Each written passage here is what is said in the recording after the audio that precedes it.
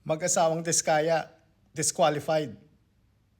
Disqualified ang mag-asawang Curly at Sara Diskaya sa plano nilang maging state witness ayon kay House Infrastructure Committee Terry Ridon.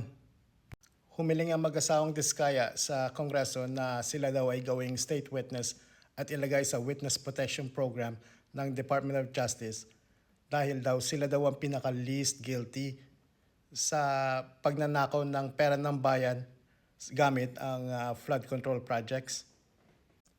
Inalmahan naman ito ni Ridon at sinabing imbis na ilagay daw sila sa Witness Protection Program, dapat daw ay kasuhan itong mga Diskaya ng plunder. Kasama na rin ng mga official at mga politicians na nasangkot sa scam ng flood control projects. Ayon din kay Ridon, base sa kanilang financial statements, nakakolekta itong mga Diskaya ng 93.5 billion peso sa gobyerno mula 2014 hanggang 2023. Bukod sa di pagsang-ayon ni Ridon, hindi rin naman pinirmahan ni Senate President Tito Soto ang kahilingan ng mga Diskaya na ilagay sila sa Witness Protection Program. At alam niyo ba kung sino ang nagpasa ng kahilingan na ito? Walang iba kundi si Senator Rodante Marcoleta.